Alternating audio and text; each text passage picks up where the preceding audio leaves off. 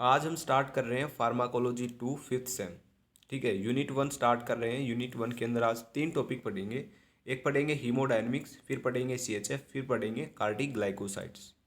One by one करके हम इनको डिस्कस करने वाले हैं। तो चलिए स्टार्ट करते हैं हीमोडायनेमिक्स से। देखिए हीमोडायनेमिक्स क्या है, जैसा कि आपको नाम से ही पता चल रहा है, हीमो और डायनेमिक्स दो वर्ड से मिलकर ये बना है, हीमो प्लस डायनेमिक्स। हीमो का मतलब यहाँ पे होता है ब्लड, और डायनेमिक्स का मतलब यहाँ पे होता है फ्लो। मतलब कि ब्लड के फ्लो के बारे में स्टडी करना ही हीमोडायनेमिक्स कहलाता है। तो क्या कहेंगे, haemodynamics is the branch of science in which we deals with the study of flow of blood. तो ये हो गया हीमोडायनेमिक्स। नेक्स्ट सीएचएफ क्या होता है। सीएचएफ मतलब कि कंजस्टिव हार्ट फेलियर। देखिए अब हम इसको डिटेल में डिस्कस करेंगे, क्या होता है कंजस्टिव हार्ट फेलियर, कैसे होता है। ठीक है, देखिए सिंपली सबसे पहले आप देखिए, ये हमारा ह्यूमन हार्ट है। ठीक है, इसके अंदर 4 चैम्बर्ड होते हैं। ये होता है आर्ट्रिया, ये भी आर्ट्रिया होता है, और ये होते हैं वेंट्रिकल्स। ऊपर के 2 आर्ट्रिया होते हैं, नीचे के 2 वेंट्रिकल होते हैं। जो राइट साइड में होगा वो राइट आर्ट्रिया, जो लेफ्ट साइड में होगा वो लेफ्ट आर्ट्रिया। तो ये जो होता है ये होता है राइट आर्ट्रिया, ये होता है लेफ्ट आर्ट्रिया, ये होता है राइट वेंट्रिकल, ये होता है लेफ्ट वेंट्रिकल। ठीक है, इतना समझ में आया कि हमारा ये ह्यूमन हार्ट होता है। ये होता है ह्यूमन हार्ट, और इसके अंदर 4 चैम्बर होते हैं। ये आर्ट्रिया है और ये वेंट्रिकल है। ये तो आपको पता होगा। अब होगा क्या, कंजेस्टिव हार्ट फेलियर कब होता है। देखिए जो वेंट्रिकल्स होते हैं ना, वो ब्लड को पंप कर रहे होते हैं। ठीक है, ये पंप कर रहा होता है डीऑक्सीजनेटेड ब्लड, और ये ऑक्सीजनेटेड ब्लड पूरी बॉडी के अंदर। देखिए जैसे ही कॉन्ट्रैक्ट करता है ना, ये ब्लड क्या होता है, पंप होता है। अब कंजेस्टिव हार्ट फेलियर के अंदर क्या होता है, जो कॉन्ट्रैक्शन होती है ना, कॉन्ट्रैक्शन होती है वेंट्रिकल्स की, वो क्या हो जाती है, धीरे धीरे स्लो होने लगती है, लो कॉन्ट्रैक्शन होने लगती है। अब जैसे ही लो कॉन्ट्रैक्शन होगी तो ये पंप करना कम कर देगा ब्लड को बॉडी पार्ट्स के अंदर। ठीक है, अब पंप जैसे ही ब्लड कम होगा तो स्टोर कहाँ पे होगा, वेंट्रिकल्स के अंदर स्टोर होगा। अब यहाँ जो ये वेंट्रिकल्स है, इसके अंदर ब्लड स्टोर होना स्टार्ट हो जाएगा, धीरे धीरे कॉन्ट्रैक्शन और कम होने लगेगी, तो और ज़्यादा ब्लड स्टार्ट होना लगेगा। जैसे ही ब्लड यहाँ पे स्टोर होगा वेंट्रिकल्स के अंदर, तो वेंट्रिकल का जो साइज है वो क्या हो जाएगा, इंक्रीज हो जाएगा। ठीक है, इंक्रीज हो जाएगा, और इसी कंडीशन को हम बोलते हैं। अब इंक्रीज होते होते क्या होगा, ब्लड पंप नहीं होगा, कॉन्ट्रैक्शन नहीं होगी, और क्या होगा, अल्टीमेटली पर्सन की डेथ भी हो सकती है। ठीक है, तो ये होता है कंजेस्टिव हार्ट फेलियर। तो वहाँ पे पर्सन की डेथ हो जाएगी, क्योंकि वेंट्रिकल्स के अंदर ब्लड एक्यूमुलेट हो चुका है, वो ब्लड पंप नहीं हो रहा है। ब्लड पंप नहीं होगा तो क्या हो जाएगा, डेथ हो जाएगी। ठीक है, तो ये होगा कंजेस्टिव हार्ट फेलियर। देखिए कंजेस्टिव हार्ट फेलियर, इन तीनों वर्ड से ही इसका मतलब समझ में आ रहा है। कंजेस्टिव मतलब कि कंजेशन, मतलब कि जमा होना, किस चीज़ का, ब्लड का। ब्लड का वेंट्रिकल्स के अंदर कंजेस्ट होना, जमा होना। ठीक है, उससे क्या होगा, फिर हार्ट फेलियर हो जाएगा, हार्ट जो है वो फेल हो जाएगा। तो इसी को बोलते हैं congestive heart failure.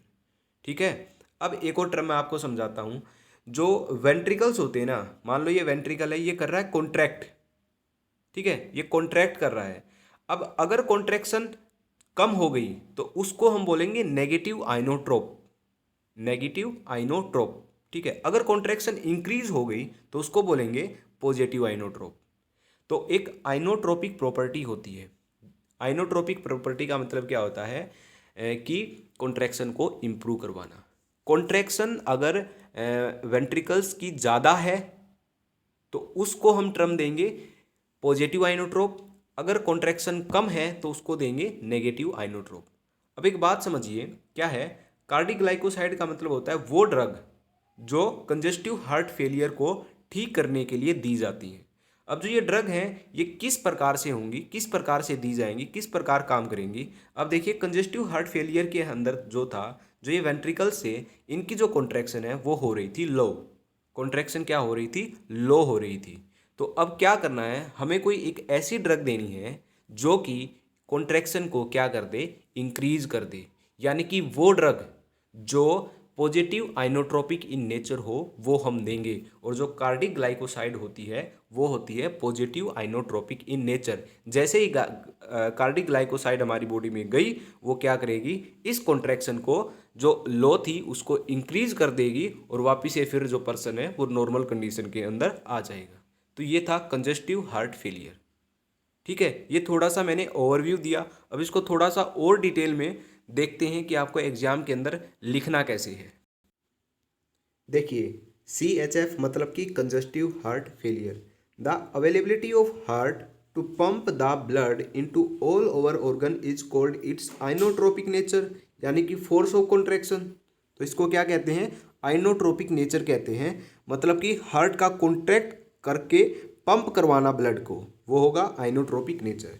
The condition of heart in which the heart is unable to pump the blood to all over the organ and the blood accumulate in the ventricle and the size of ventricle increase, this is called CHF, यानी कि congestive heart failure। congestive heart failure वो condition होती है heart की जब heart enable हो जाता है ब्लड को पंप करने में पूरी बॉडी के अंदर, और जो ब्लड है वो पंप नहीं होगा तो वो एक्यूमुलेट होगा वेंट्रिकल्स के अंदर, और जो एक्यूमुलेट होगा तो जो साइज है वेंट्रिकल का वो इंक्रीज हो जाएगा, और इसी कंडीशन को हम CHF यानी कि कंजेस्टिव हार्ट फेलियर बोलते हैं। ठीक है, ये होता है कंजेस्टिव हार्ट फेलियर। नेक्स्ट देखिए, एक लॉ दिया फ्रैंक और स्टार्लिंग ने, जिसको कहा गया फ्रैंक स्टार्लिंग लॉ।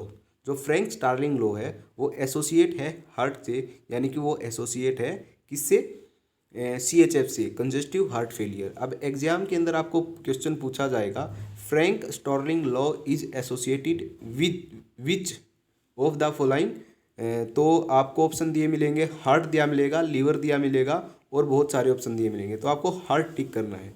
हार्ट की जगह पे आपको CHF यानी कि कंजेस्टिव हार्ट फेलियर भी दिया मिलेगा, तो वो टिक करना है। तो देखिए क्या कहता है Frank Starling law. According to Frank Starling law, the myocardium force of contraction of cardiac muscle is directly proportional to ventricular muscle stretching। ये क्या कह रहा है, जैसे ही फोर्स ऑफ कॉन्ट्रैक्शन इंक्रीज होगी तो क्या होगा, जो वेंट्रिकुलर मसल हैं वो भी क्या होंगी, ज़्यादा स्ट्रेच होंगी, वो भी ज़्यादा स्ट्रेच होंगी। अब क्या होगा, एक स्ट्रेचिंग की भी एक लिमिट है कि वो इस हद तक ही स्ट्रेच हो सकती है। अगर उस हद से ज़्यादा कॉन्ट्रैक्शन हो, ज़्यादा स्ट्रेचिंग हो, तो क्या होगा, जो वो मसल्स होती है ना, मसल्स है ना जो भी, वो क्या हो जाएंगी, लूज हो जाएंगी। अब मसल्स जैसे ही लूज होंगी हार्ट की, तो कॉन्ट्रैक्शन क्या हो जाएगी, ऑटोमेटिकली स्लो हो जाएगी, और स्लो कॉन्ट्रैक्शन होते ही क्या हो जाएगी, हार्ट के अंदर जो ब्लड है वो एक्यूमुलेट होना स्टार्ट हो जाएगा, और कंजेस्टिव हार्ट फेलियर हो जाएगा। ठीक है, तो ये कहता है फ्रैंक स्टार्लिंग लॉ। ठीक है, ventricular muscle stretching as much as how the ventricles are stretched, the force of contraction increase, and when the force of contraction increase, the blood pump into all over the body। तो ये थी पहली statement. Second statement में यही कहता है कि according to Frank Starling second statement, if the ventricular muscle stretching increase beyond the critical length, अगर क्रिटिकल लेंथ यानी कि उस हद से परे उसको स्ट्रेच किया जाता है, तो myocardium force of contraction will decrease हो जाएगी। This decrease in force of contraction called negative inotrope. अब कॉन्ट्रैक्शन का इंक्रीज होना साइंटिफिकली टर्म दी गई negative inotropic condition, and in this condition blood accumulate in the ventricle wall and is increase and blood at heart unable to pump, and this condition is also known as congestive heart failure. और इसको भी क्या है, यही होगा congestive heart failure. तो ये था कंजेस्टिव हार्ट फेलियर। अब आगे देखिए, आगे कहता है ड्रग्स यूज्ड इन CHF, वो ड्रग जो CHF में यूज की जाती हैं। अब कौन सी ड्रग हैं जो यूज की जानी चाहिए, जो कि कॉन्ट्रैक्शन को इंक्रीज कर देंगी, यानी कि जो पॉजिटिव आइनोट्रोपिक इन नेचर होंगी वही ड्रग ट्रीट करेंगी CHF को। ठीक है, तो देखिए क्या है, drugs used in CHF, the drugs which increase the force of contraction are called positive inotropic drugs, and these drugs are use to treat CHF, और यही ड्रग CHF को ट्रीट करेंगी। ठीक है, अब कौन कौन सी ड्रग हैं जो इनको ट्रीट करेंगी, 3 क्लास के अंदर इनको कैटेगराइज किया गया है। One is cardiac glycoside, second beta Adreno receptor agonist, और जो थर्ड है वो है बीटा पायरिडीन डेरिवेटिव। तो 3 क्लास के अंदर इनको क्या किया गया है, 3 क्लास के अंदर इनको कैटेगराइज किया गया है। लेकिन हमारे जो सिलेबस में है वो केवल कार्डिक ग्लाइकोसाइड है। तो कार्डिक ग्लाइकोसाइड है, इसके बारे में हमको बिल्कुल डिटेल के अंदर पढ़ना है। ठीक है, तो चलिए कार्डिक ग्लाइकोसाइड स्टार्ट करते हैं। क्या होता है कार्डिक ग्लाइकोसाइड? कार्डिक ग्लाइकोसाइड जो होता है ना, वो ड्रग होती हैं जो हार्ट पर एक्ट करती हैं और पॉजिटिव आइनोट्रोपिक इन नेचर होती हैं और यूज की जाती हैं CHF में। ये ऑलरेडी आपको पता है। ठीक है, अब सेकंड लाइन देखिए क्या है। ये एक सेकेंडरी मेटाबोलाइड है जो प्लांट से ऑब्टेन किया जाता है। It is a secondary metabolite of plant. और ऑब्टेन किया जाता है किससे? कार्डिक ग्लाइकोसाइड के किससे ऑब्टेन किया जाता है? डिजिटैलिस पुरपुरिया, डिजिटैलिस लनाटा और स्ट्रोपेंथस, ये तीनों से कार्डिक ग्लाइकोसाइड को क्या किया जाता है? ऑब्टेन्ड किया जाता है। ठीक है, अब जो कार्डिक ग्लाइकोसाइड होगा वो इनके अंदर एक केमिकल की फॉर्म में होगा और वो जो केमिकल होगा वो कौन सा होगा? वो होगा digitoxin and digoxin and digitoxin, इनकी प्रेजेंट में होगा। ठीक है, ये जो डिजिटॉक्सिन और डिजोक्सिन है ना, ये इन तीनों से निकलने वाला है। डी लनाटा मतलब कि डिजिटैलिस लनाटा, डिजिटैलिस पुरपुरिया और स्ट्रोपेंथस। ये आपको याद करना है कि कार्डिक ग्लाइकोसाइड सेकेंडरी मेटाबोलाइड होता है और ऑब्टेन्ड किया जाता है ये डिजिटैलिस पुरपुरिया से, डिजिटैलिस लनाटा से और स्ट्रोपेंथस से। और इनमें से जो निकलता है वो डिजिटॉक्सिन और डिजोक्सिन निकलता है। ठीक है, और जो ये डिजोक्सिन और डिजिटॉक्सिन है ना, यही ट्रीट करता है किसको? CHF को। ठीक है, अब ये तो हो गया प्लांट सोर्स जो प्लांट से मिलता है। लेकिन जो कार्डिक ग्लाइकोसाइड है वो हमें एनिमल सोर्स से भी मिलता है। वो मैं बताता हूँ, वो मिलता है बफो वल्गेरिस से। ठीक है, ये एक टोड है। टोड मतलब मेंढक बोलते हैं शायद इसको। टोड से जो मेंढक है उससे निकलता है ये। और जो केमिकल है रबो वल्गेरिस से, वो जो केमिकल है जो कार्डिक ग्लाइकोसाइड है वो है बफोटॉक्सिन। ठीक है, उसको हम बोलेंगे बफोटॉक्सिन है। तो प्लांट सोर्स भी है और एनिमल सोर्स भी है। तो आपसे पूछा जाएगा क्या कार्डिक ग्लाइकोसाइड प्लांट सोर्स होता है या एनिमल सोर्स से भी मिलता है? तो आप कहोगे प्लांट और एनिमल दोनों सोर्स से हम इसको प्रोवाइड करते हैं, हमें इस दोनों सोर्स से ये मिलता है। ठीक है, नेक्स्ट देखिए क्या कहता है। नेक्स्ट हम पढ़ेंगे कार्डिक ग्लाइकोसाइड क्या होता है, वो हमने पढ़ लिया। नेक्स्ट है केमिस्ट्री, कार्डिक ग्लाइकोसाइड की केमिस्ट्री। तो इसकी केमिस्ट्री देखिए कैसे होती है। सबसे पहले मैं आपको इसका स्ट्रक्चर दिखा देता हूँ। This is the structure of cardiac glycoside. इसके अंदर क्या होता है, ये पूरा का पूरा स्ट्रक्चर है। ये जो पार्ट है इसको हम स्टीरॉयड बोलते हैं, ये जो पार्ट है इसको हम लैक्टोन बोलते हैं। ठीक है, एक लैक्टोन पार्ट होता है, एक स्टीरॉयड पार्ट होता है। ठीक है, जो ये पूरा पार्ट है ना, ये होता है नॉन शुगर पार्ट। और ये इस साइड जो बच गया ना, ये है शुगर पार्ट। ठीक है, ये तो नॉन शुगर पार्ट है और ये शुगर पार्ट है। नॉन शुगर पार्ट के अंदर स्टीरॉयड आता है और लैक्टोन आता है। ठीक है, मैंने बताया लैक्टोन आता है और ये आता है। अब देखिए इसको थोड़ा सा देख लेते हैं अच्छे तरीके से। देखिए कार्डिक ग्लाइकोसाइड है, जो इसकी स्ट्रक्चर है ना, उसमें 2 पार्ट होते हैं। एक तो शुगर पोर्शन होता है, एक नॉन शुगर पोर्शन होता है, जो कि मैंने अभी आपको स्ट्रक्चर के अंदर दिखाया। जो शुगर पोर्शन होता है उसको हम ग्लाइकोन बोलते हैं। ग्लाइकोन का मतलब शुगर। और नॉन शुगर पोर्शन को हम बोलते हैं ए ग्लाइकोन, और इसको हम जेनिन भी बोल सकते हैं, आल्सो नोन एज जेनिन।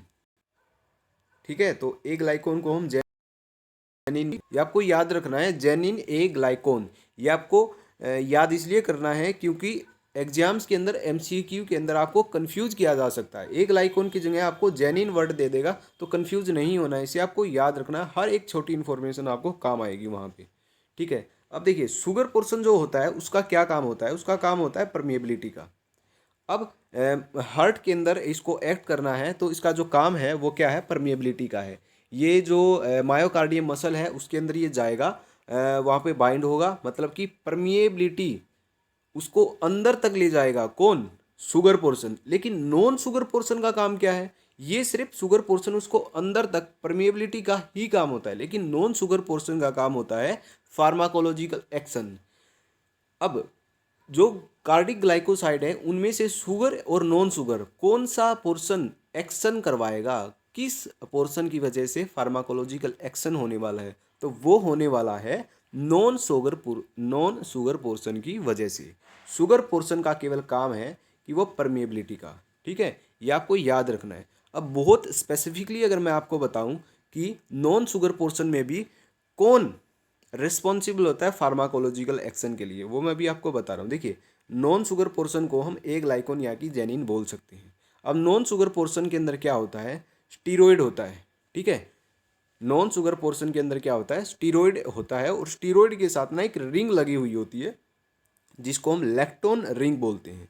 और जो स्टीरॉयड होता है ना, जो स्टीरॉयड की स्ट्रक्चर होती है, उसके 17वें कार्बन के ऊपर लैक्टोन की रिंग प्रेजेंट होती है। अभी मैं आपको दिखाऊंगा स्ट्रक्चर के अंदर भी कि कहाँ प्रेजेंट होती है, ठीक है, 17th कार्बन। और जो ये लैक्टोन रिंग है ना, यही क्या है, यही फार्माकोलॉजिकल एक्शन के लिए रिस्पॉन्सिबल होती है। अगर स्पेसिफिकली मैं आपसे पूछूं कि कार्डिक ग्लाइकोसाइड के नॉन शुगर पोर्शन में कौन रिस्पॉन्सिबल होता है फार्माकोलॉजिकल एक्शन के लिए, अगर मैं आपको दो ऑप्शन दूं कि बताओ स्टीरॉयड होता है या लैक्टोन रिंग होती है, तो आप स्पेसिफिकली बोलोगे कि lactone ring is responsible for pharmacological action. यही CHF यानी कि कंजेस्टिव हार्ट फेलियर को ठीक करने वाला है, यही एक्शन वहाँ पे देगा, ठीक है। वो इसका तो काम केवल परमेबिलिटी का है, मेन काम तो इसका है जो फार्माकोलॉजिकल एक्शन करवाने वाला है। अब देखिए स्ट्रक्चर क्या है, ये स्ट्रक्चर मैंने आपको बताई थी, ये स्टीरॉयड है, ये अनसैचुरेटेड लैक्टोन है। जो स्टीरॉयड की स्ट्रक्चर है उस पर 17वें कार्बन के ऊपर ये जो कार्बन है ना, ये 17 होता है। अब किस तरीके से 17वां मैं आपको बताता हूँ। देखिए इस कार्बन से काउंटिंग स्टार्ट कीजिए, 1 2 3 4 5 6 7 8 9 10 11 12 13 14 15 16 और 17, ठीक है, ये पोजीशन आ गई 17। तो 17 कार्बन पे जो लैक्टोन है वो क्या होता है, अटैच होता है। तो इस 17वें कार्बन के ऊपर अनसैचुरेटेड लैक्टोन प्रेजेंट होता है स्टीरॉयड की स्ट्रक्चर पे, ठीक है। और जो ये पूरा है ये बोला गया नॉन शुगर पोर्शन और ये है sugar portion, and this is the structure of cardiac glycoside, ठीक है। तो ये जो आज का हमारा जो टॉपिक था हीमोडायनेमिक्स, CHF और कार्डिक ग्लाइकोसाइड, वो हमारा टॉपिक हो चुका है फिनिश। अब आपको इसके नोट्स चाहिए हैं तो ऑफिशियल वेबसाइट पे आपको नोट्स मिल जाएंगे। वो वेबसाइट है farmadice.blogspot.com। आपको गूगल के अंदर जाना है और पूरा सर्च करना है फार्माडाइस, यहाँ पे लगाना है डॉट और फिर लगाना है ब्लॉग स्पॉट, ठीक है, Pharmadise blog spot and then .com। ये अगर आप पूरा सर्च करोगे ना तो आपको वेबसाइट ऊपर सबसे पहले नंबर पे जो वेबसाइट मिलेंगी उस पर क्लिक करना है, वहाँ पे आपको मिल जाएंगे। नहीं तो आपको क्या करना है कि डिस्क्रिप्शन के अंदर, वीडियो के यहाँ पे डिस्क्रिप्शन के अंदर लिंक दिया होगा, डायरेक्ट लिंक दिया होगा, उस पर क्लिक करना है तो अभी आपको ये नोट्स मिल जाएंगे, ठीक है। तो आज की वीडियो में बस इतना ही। नेक्स्ट वीडियो में हम देखेंगे मैकेनिज्म, देखेंगे कि कार्डिक ग्लाइकोसाइड किस तरीके से काम करता है, ठीक है, पूरा मैकेनिज्म हम समझने वाले हैं नेक्स्ट वीडियो में, ठीक है। तो आज की वीडियो में बस इतना ही, तो मिलते हैं नेक्स्ट वीडियो के अंदर।